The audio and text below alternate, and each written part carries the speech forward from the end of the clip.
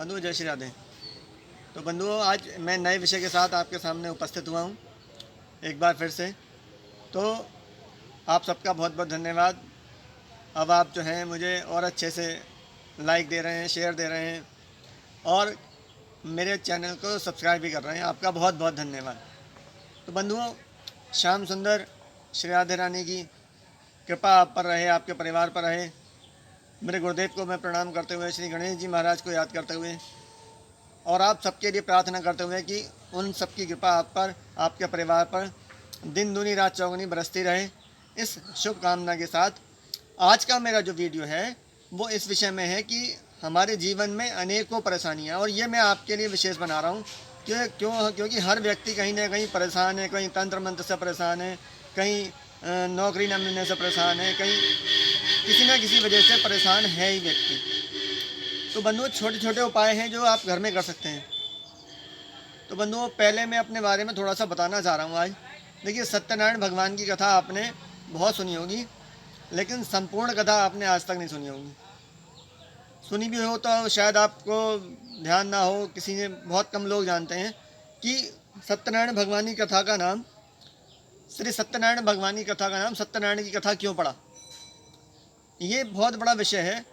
और सत्य क्या है, परम सत्य क्या है, इसमें बहुत कुछ है बंधुओं। लेकिन हमने केवल ये सुना है कि कलावती और वैश्य थी और ये थे और राजा तुंगध्वज थे, लकड़हारे थे। तो इसके अलावा बहुत कुछ इस कथा में है, और वो मैं मुरादाबाद अगर ज़िले के अंदर है तो मैं निःशुल्क करता हूँ। उसकी कोई मेरा कोई दक्षिणा आपसे नहीं मांगता हूँ। आपकी इच्छा करे दो, ना करे ना दो, कोई दिक्कत नहीं है। मेरी तरफ से निःशुल्क है, आपकी इच्छा करे तब आप देना। तो बंधुओं, यदि हो सके, इस समय अधिक मास चल रहा है तो आप कोशिश करें कि एक बार कथा अवश्य कराएं, क्योंकि मैं आपसे 5 पैसे भी मांगने वाला नहीं हूँ। खैर, इतना गरीब आज के टाइम में कोई नहीं है कि कोई फ्री कराना चाहता है या वैसे, लेकिन मैंने बोल रखी इस उद्देश्य से मैं आपसे कह रहा हूँ। बाकी अन्य पूजा तो जो मैं करता हूँ अलग बात है। तो बंधुओं, आज का मेरा विषय है सबसे पहला कि हमारे घर में मसाले होते हैं। और सबसे पहले मैं आपको, देखिए मेरे हाथ में ये है काली मिर्च। इस काली मिर्च का मैं आपको चमत्कार बताना चाहता हूँ। इस काली मिर्च के 9 दाने आपको लेने हैं। यदि हमारे घर में कोई तंत्र मंत्र है, ऐसा लगता है आपको, किसी ने कोई क्रिया टाइप की कर रखी है, हमारे घर में कुछ लड़ाई झगड़े बने रहते हैं या कुछ दिक्कतें परेशानी बनी रहती हैं या कई तरह की समस्याएं हैं, तो हमें क्या करना है। ये 9 काली मिर्चें लेकर, अगर हमारे घर के अंदर कुल देवी का स्थान है तो उनके चरणों में रखनी है, या जो हमारे इष्ट हैं उनके चरणों में रखनी है सुबह नहा के। और किस दिन रखनी है, या तो दिन बुधवार का हो, या तो दिन रविवार का हो, या कोई अमावस्या हो, अमावस्या के दिन हो या दिन रविवार का हो। और सुबह भगवान के चरणों में रख देनी है, सुबह नहा धोकर स्नान करके। और ये कामना करते हुए रखनी है कि प्रभु, हमारे घर में जो दुख हैं, जो परेशानियां हैं, जो दिक्कतें हैं, या जो हमारे ऊपर किसी ने तंत्र मंत्र क्रिया कर रखी हैं, वो हमारी बाधाएं दूर हो जाएं, ऐसी इस पर कृपा कर दो। और जिनके इष्ट नहीं है, जो आप सोचते हो कि इष्ट नहीं है, पता नहीं है आपको, तो वो अपने में मंदिर में रख सकते हैं। तो शाम को जब सूर्य ढलने के समय हो तो आपको ये 9 मिर्चें एक कटोरी में रखी होंगी, तो उनको उठा लीजिए और उठा के पूरब की दिशा में मुंह करके खड़ा होना है। घर के बाहर जाके, घर पे नहीं खड़ा होना, घर के बाहर चले जाइए, आसपास मैदान हो, कुछ भी हो, कहीं जाके, और पूरब दिशा में खड़े होकर आपको एक काली मिर्च का ये उठाना है और ओम बोलकर 3 बार ओम बोलना है, ओम ओम ओम। और इस तरह से पूरब दिशा में पहला दाना फेंकना है, क्या सोचते हुए कि हमारी दुख, हमारी परेशानियां, हमारे ऊपर जो तंत्र मंत्र क्रिया है वो सब दूर हो रही हैं। इस तरह से एक दाना उठा के पूरब दिशा में फेंकना है। फिर इसी तरह से हमें क्लॉकवाइज चलना है। क्लॉकवाइज का मतलब दूसरा हमें दाना उठाना है, तो वो हमें फेंकना है उत्तर पश्चिम, उत्तर दक्षिण की दिशा में। जो उत्तर दक्षिण की दिशा है, राइट हैंड की साइड से चलें आप। जैसे घड़ी में 12 बजे, फिर 12:05 हुए। फिर इसी तरह से तीसरा दाना उठा के हमें जैसे 12:15 बजे, तो हमें उत्तर की दिशा में, दक्षिण की दिशा में फेंकना है। उसके बाद फिर उठा के हमें फिर वही कोन में फेंकना है, 12:25 समझ लीजिए आप, घड़ी के हिसाब से समझते चलिए। फिर उठा के फिर 12:30 पर फेंकना है, एकदम पीछे अपने। फिर उठा के 12:35 पर फेंकना है, ऐसे समझ लीजिए। फिर उठा के 1 बजे फेंकना है, इस समझ में ऐसे समझ लीजिए। उसके बाद उठा के फिर हमें यूँ फेंकना है 12:55 समझ लीजिए। और उसके बाद बचेगा आपके पास एक दाना, तो उसे उठा के हमें अपने ऊपर ऐसा करके उछाल देना है। लेकिन मन में भाव यही रहे और बहुत आराम से तसल्ली से करिएगा इस उपाय को।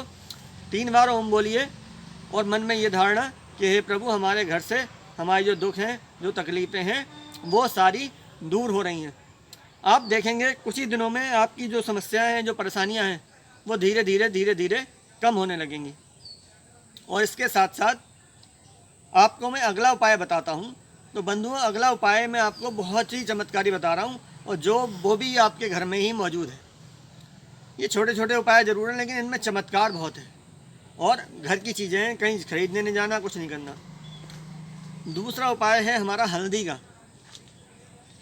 जिन बंधुओं की विवाह में अड़चन आ रही है, परेशानी आ रही है, दिक्कत आ रही हैं, तो आपने देखा होगा जब कन्या की और वर की शादी होती है तो तब भी आपने देखा होगा कि उसको, लड़की को भी और लड़के को भी हल्दी लगाई जाती है।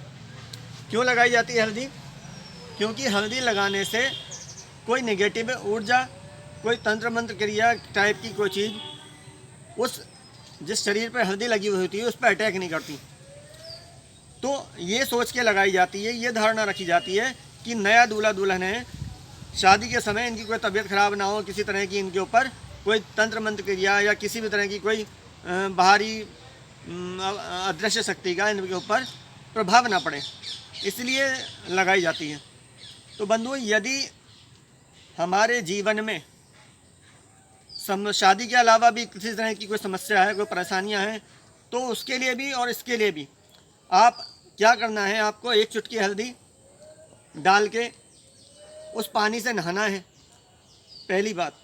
दूसरी बात, 1 लोटा जल, उसमें हल्दी डालकर सूर्य देव को समर्पित करना है। और आप जब जल दोगे तो उसके किनार पे लोटे की थोड़ी सी हल्दी बच जाती है, तो उसे उठा के अपनी कंठ पे और माथे पे लगाना है।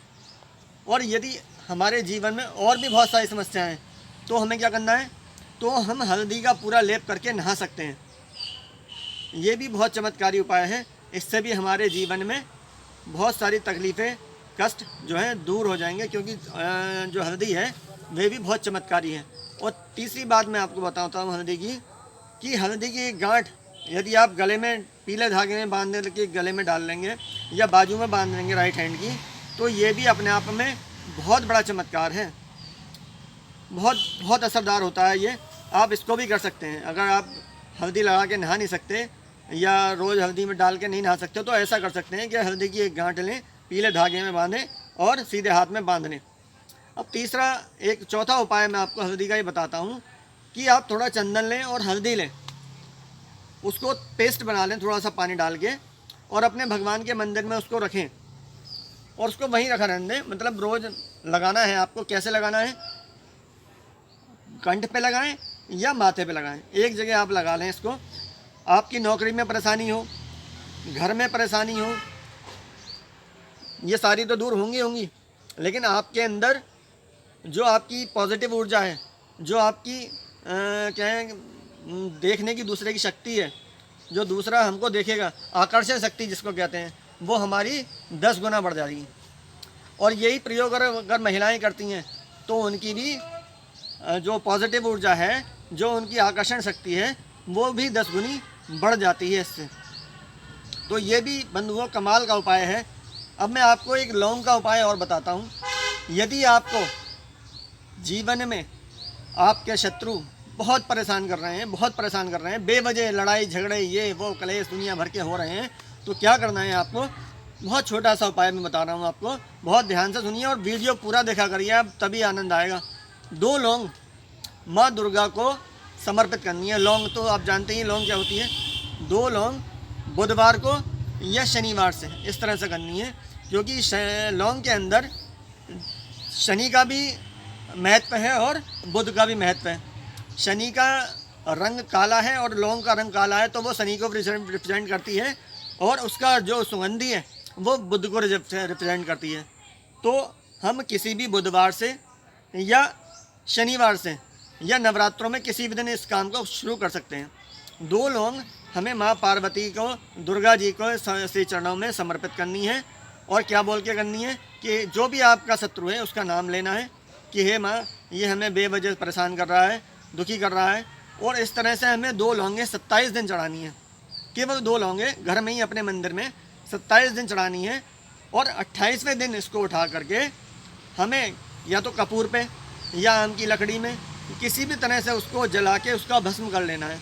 और जिस समय हम उसको जला रहे हों तो हमें क्या सोचना है कि जो हमारे शत्रु हैं, हे माँ, हे दुर्गा माँ, हे माँ गौरी, हे माँ काली, जिसको भी आप मानते हैं, जिस रूप को मानते हैं आप माता के, हे माता, हमारे शत्रु शांत हो जाएं, लंबे समय के लिए शांत हो जाएं। और जब उसकी, और देखिए मैं आपको बता दूं, कोई ऐसी प्रार्थना उल्टी सीधी मत करना कि आपका कोई काम खराब हो। केवल यही कहना कि वो शत्रु हमारे शांत हो जाएं और हमें परेशान ना करें। तो आप चमत्कार देखेंगे कि वो लंबे समय तक शांत होकर बैठ जाएंगे। लेकिन कैसे? जब वो जल जाए, उसकी राख बन जाए, तो उसको या उस सारी राख को उठा के या तो आप पानी गंगा में बहा दें, और नहीं तो उस भस्म को उठा के, उस राख को उठा के कहीं गड्ढा खोद के उसके नीचे बहुत अच्छे से खूब गहरा करके दबा दें। तो आपके जो शत्रु हैं, जो आपको बहुत परेशान कर रहे हैं, बहुत समय से परेशान कर रहे हैं, वो सब के सब शांत हो जाएंगे। तो बंधुओं, आपको यदि मेरा वीडियो, मेरी बातें अच्छी लगी हों तो मेरे चैनल को ज़रूर सब्सक्राइब करना। आपका बहुत बहुत धन्यवाद। आगे शेयर करना और लाइक भी ज़रूर करना। जय श्री राधे, जय श्री कृष्ण।